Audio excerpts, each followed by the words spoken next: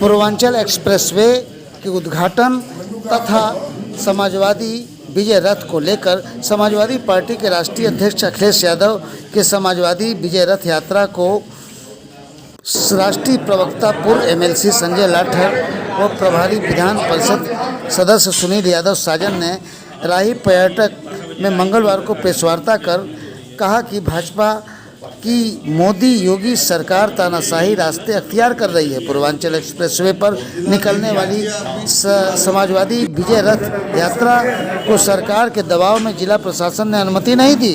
सरकार लगातार संविधान और लोकतंत्र का माखौल उड़ा रही है। कार्यक्रम की अनुमति 16 नवंबर को प्रशासन द्वारा न देना कार्यक्रम में उमड़ने वाले जन सैलाब से भाजपा घबराई है और उसे हार करीब दिखाई दे रही है। उन्होंने कहा कि अब ये यात्रा गाजीपुर से लखनऊ तक जाएगी। 17 नवंबर को गाजीपुर के पखनपुरा कार्यक्रम में जनता से रूबरू होंगे राष्ट्रीय अध्यक्ष अखिलेश यादव और सच को जाहिर करेंगे। उन्होंने प्रेस वार्ता के दौरान क्या कहा, आइए सुनाते हैं। आज आपके बीच में आने का और आपसे बात करने का कारण ये कि कल समाजवादी पार्टी के राष्ट्रीय अध्यक्ष माननीय अखिलेश यादव जी अपनी समाजवादी विजय रथ यात्रा का चौथा चरण शुरू करने जा रहे हैं। अब तक हुए जितनी भी रथ यात्रा हुई, मैं साथ में रहा हूँ, सब में सबसे बड़ी यात्रा है, सबसे लंबा रास्ता है। 330 का 340 और उसके बाद लखनऊ में पार्टी ऑफिस तक करीबन 350 किलोमीटर का रास्ता तय करके तो गाजीपुर से लखनऊ तक जाएंगे। समाजवादी पार्टी ने अपना चुनावी अभियान शुरू कर दिया है। पूर्वांचल में गोरखपुर से उसका श्रीगणेश हुआ, पूरे कुशीनगर में गए। अब आपके यहाँ कार्यक्रम है, 2 दिन का कार्यक्रम था पहले, लेकिन सरकार ने हमारी रथ यात्रा में आ रही भीड़ से डरकर कल हमें कोई भी कार्यक्रम करने की अनुमति नहीं दी। आज के लिए जब आज की अनुमति नहीं दी तो प्रशासन डर गया था। जो मोदी और योगी की सरकार डर गई थी, उनको डर था कि पूरा सरकारी अमला यूज करने के बाद भी अगर समाजवादियों की जिस तरह से भीड़ उमड़ रही है रथ यात्रा में, अगर कई गुना भीड़ आई तो जनता में उनकी पोल खुल जाएगी। इसीलिए आज का हमारा कार्यक्रम सरकार ने जबरदस्ती निरस्त कराया, लेकिन हम भी रुकने वाले नहीं। कल से हमने और लंबा उनके रोकने के बाद, पहले केवल आजमगढ़ तक था, अब गाजीपुर से लखनऊ तक का सबसे लंबा पथ जो हमारा यात्रा पथ का कार्यक्रम चल रहा है, सबसे लंबा कार्यक्रम किया। और इस कार्यक्रम में हम ये साबित करके दिखा देंगे, जैसे हमने गोरखपुर में दिखाया, चाहे अमित शाह आया हो, चाहे मोदी जी आए हों, चाहे योगी जी आए हों, चाहे उन्होंने 15, 20, 50 सभा की हो, एक ही दिन में उनसे 100 गुना सभा करके हम ये साबित कर देंगे कि पूर्वांचल की जनता समाजवादी पार्टी के साथ खड़ी है। मैं आपसे भी अनुरोध करूंगा, आप सब कल प्रेस कॉन्फ्रेंस भी है एयरपोर्ट के पास, माननीय राष्ट्रीय अध्यक्ष जी आपको संबोधित भी करेंगे, आप अपने सवाल भी करना। उसके बाद मैं अनुरोध भी करूंगा कि आप भी साथ चलें, गाजीपुर की सीमाओं में आप भी देखें, चाहे तो आजमगढ़ तक साथ चलें या सुल्तानपुर तक चलें, और देख लेना गाजीपुर में तो हजूम होगा ही होगा, आजमगढ़ में मुख्यमंत्री जी अमित शाह जी सरकारी अमला लाके जितनी भीड़ नहीं कर पाए थे, उससे कई गुना भीड़ आजमगढ़ में होगी। जितना आज प्रधानमंत्री जी के साथ अमला जमला सरकारी मशीनरी का दुरुपयोग करके, सरकारी खर्चे का उपयोग करके, सरकारी बसों का उपयोग करके आशा, नरेगा के कर्मचारी और सभी कर्मचारियों का सारे के सारे कई जिलों के सारे सरकारी कर्मचारियों को ले जाकर भी जो जनसभा कर रहे हैं, उससे कई गुना बड़ी जनसभा हम उसी स्थान पर सुल्तानपुर में भी करेंगे और आगे बाराबंकी में भी करेंगे और लखनऊ में भी करेंगे और ये साबित कर देंगे कि समाजवादी पार्टी एक तरफा उत्तर प्रदेश में चल रही है। इसके लिए आपका सहयोग जरूरी है। आपसे अनुरोध है, कैमरा कभी झूठ नहीं बोलता। आदमी आज नया टेक्नोलॉजी का युग है, आपके पास आधुनिक कैमरे हैं। मेरा अनुरोध है कि आप अपने कैमरों के द्वारा हमें कैद, हमारे जो वो है उसका कैद करें और जनता को दिखाने का काम करें कि कौन कितने पानी में है, ताकि आप जो हमारे, मैं भी आपकी बिरादरी का हूँ, मैंने भी पत्रकारिता से PhD की है। कम से कम आज पत्रकार अगर जनता को सही रूप नहीं दिखाएंगे तो मुश्किल हो जाएगा।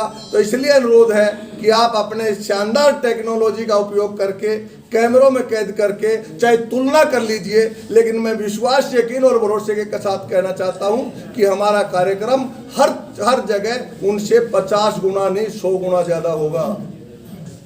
क्योंकि गोरखपुर, कुशीनगर, कानपुर इस बात को साबित कर चुका है कि जहां भी अखिलेश यादव जी जाते हैं या हरदोई में, वहां हजूम उमड़ पड़ता है। तो इसीलिए हमने आपको बुलाया था। आज की सरकार ने, लोग इतने इनसे नाराज हैं, किसान पूरा नाराज है क्योंकि किसान को बर्बाद कर दिया। वादा किया था आय दुगनी करने का, आय तो दुगनी हुई नहीं, लेकिन लागत 3 गुनी जरूर कर दी। चाहे डीजल की कीमत और खाद नहीं मिल रहा।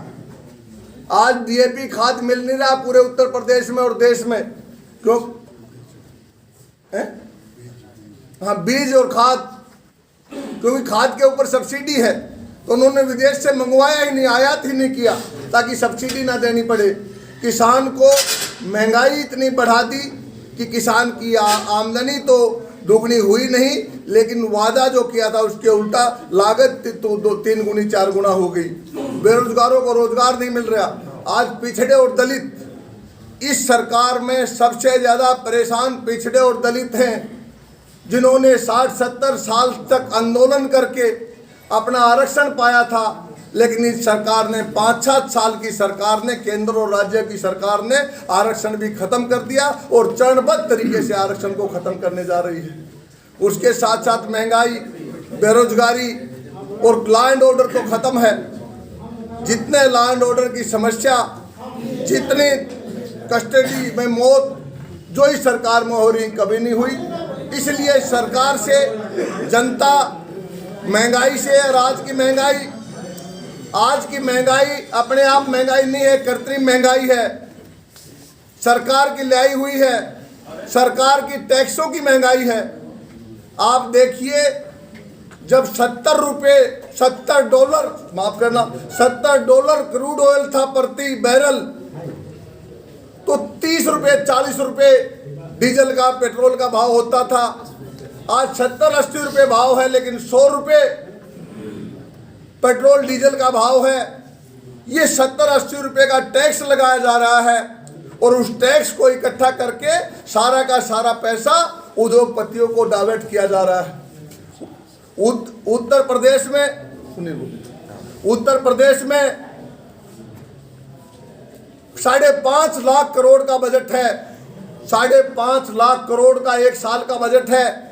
5 साल का बजट आप देखोगे तो 27-28 लाख करोड़ रुपया उत्तर प्रदेश की सरकार ने खर्च कर दिया। लेकिन आपकी किसी नदी पर पुल नहीं बन पाया। 8-8, 9-9 नदियां हैं, कोई आपकी सड़क नहीं बन पाई। आज की आपकी सड़कों की हालात है। आज जो आपका एक्सप्रेसवे बन रहा है, उस एक्सप्रेसवे के लिए जो मेन खर्चा होता है, मैं आपकी जानकारी के लिए बता दूं, मेन खर्चा सरकार का होता है लैंड एक्विजिशन का, मेन खर्चा होता है उसके प्रारूप तैयार करने का। सड़क बनाने के लिए तो हुडको से लेकर कई एजेंसी पैसा देने के लिए तैयार रहती हैं। तो असली काम सड़क बनाने का अखिलेश यादव जी की सरकार ने किया था।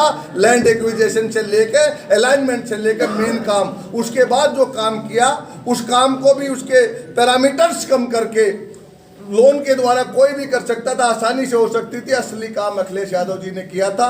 यही बात मैं आपके कहने के लिए आपके बीच में आया था। मैं अभी मेरे साथी जो हमारे साथी प्रवक्ता भी हैं और संविधान परिषद के सदस्य भी हैं, सुनील सिंह साजन जी, वो आपसे बात करेंगे और फिर आप हमसे जो सवाल करना हो कर लीजिए। इस कार्यक्रम के प्रभारी भी हैं। बहुत बहुत धन्यवाद। माननीय डॉक्टर संजय लाठर जी ने सारी बातें रख दी हैं। आदरणीय ओम प्रकाश सिंह जी, आदरणीय जिलाध्यक्ष जी, सभी पार्टी का हमारा नेतृत्व, और सबसे पहले हम धन्यवाद देंगे आप लोगों को कि कम समय के बुलावे में इतनी बड़ी संख्या में सम्मानित पत्रकार साथी आए हैं। आज देश के माननीय प्रधानमंत्री जी एक्सप्रेसवे, पूर्वांचल एक्सप्रेसवे जो बदला हुआ नाम है, समाजवादी पूर्वांचल एक्सप्रेसवे का उद्घाटन कर रहे हैं। और 7 साल से अधिक हो गए माननीय प्रधानमंत्री जी को, क्योंकि माननीय प्रधानमंत्री जी उत्तर प्रदेश से ही सांसद हैं। लेकिन माननीय प्रधानमंत्री जी को ये सौभाग्य प्राप्त नहीं हुआ 4.5 सालों में कि वो अपनी सरकार का किसी अपने काम का उद्घाटन कर पाए। और जो पूर्वांचल एक्सप्रेसवे है, आज के ही दिन माननीय समाजवादी पार्टी के आदरणीय राष्ट्रीय अध्यक्ष जी आपके गाजीपुर में सभा करके आजमगढ़ तक जाना चाहते थे, लेकिन सरकार ने रोक दिया। सरकार है आपकी, आप रोक सकते हैं। सरकार तानाशाह हो जाए तो कुछ भी कर सकती है।